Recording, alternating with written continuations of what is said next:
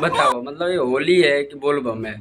ऐसे में आदमी कंफ्यूज हो जाएगा। अगर कांवड़ उठा के वो जा भी रहा है गाना बजा करके तो ऐसा फील आएगा कि नहीं, लग रहा है कि वो बोल बम जा रहे हैं कि होली आ गया। मतलब कंफ्यूज में तो कुछ जो मन में आ रहा है वो कर रहा है जैसे। हालांकि अब इंटरनेट ज़्यादा, ये सब गाना भी ज़्यादा चलने वाला बात होती है। कोई सी म्यूजिक तगड़ा हो डीजे पे चलने वाला, शादी बाजी में चलने वाला, जैसे कि कोई भी मतलब कोई भी म्यूजिक उसमें भरपूर आप पेल दो भोजपुरी गाने में तो वो गाना डीजे पे खूब ज़्यादा बजेगा। और बेशक उसमें जो है वर्ड क्या है ऐसे कोई मानता नहीं है। तो कल जो है अन्नपूर्णा फ़िल्म से जो गाना आ रहा है खेसारी लाल यादव का, वो कुछ ऐसे ही है जो आप लोग को सुनाए हैं कि